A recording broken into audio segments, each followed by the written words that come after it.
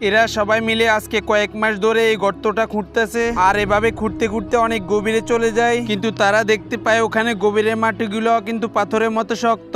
আর এরা এটা করার কারণ হচ্ছে যে এরা একটি কুয়া বানাচ্ছে, যাতে করে এই কুয়ার ভিতর থেকে সারা বছর তারা পানি সংগ্রহ করতে পারে। দেখো কুয়াটা খুঁড়তে খুঁড়তে এরা অনেক গভীরে চলে যায়, যার কারণে উপরে যে আছে সে ঠিক মতো কথাও শুনে না। তাই দেখো তারা কাজ করার জন্য বাঁশি বাজিয়ে এক ধরনের সিগন্যাল দেয়, এতে করে তার সাথে এরা বুঝে যায়। তবে এরা এই কুয়াটা পানি খাওয়ার জন্য কিন্তু বানাচ্ছে না, তারা অন্য একটা কাজের জন্য এটা বানাচ্ছে। তো চলো তোমাদেরকে দেখাই এরা কি জন্য এটা বানাচ্ছে বা কেন এত টাকা খরচ করে তারা এই কুয়াটা বানায়। তবে তা দেখার আগে এই ছবিটিকে যদি ভালোবেসে থাকো তাহলে চ্যানেলটিকে সাবস্ক্রাইব করে ভিডিওতে একটি লাইক করে দাও আর কমেন্টে বলে যাও তোমার ধর্ম কি। দেখো এরা পাহাড়ি অঞ্চলে থাকে আর ওখানে তারা বিভিন্ন সবজি ও গাছের চারা লাগায়। তবে তাদের ওখানে সবচেয়ে সমস্যা হচ্ছে পানির সমস্যা, তাই তারা এই বিশাল বড় কুয়াটা বানায় যাতে তাদের পানির সমস্যা দূর হয়ে যায়। সুন্দর মতো তারা ওখানে বিভিন্ন গাছপালাও সবাই মিলে থাকতে পারে।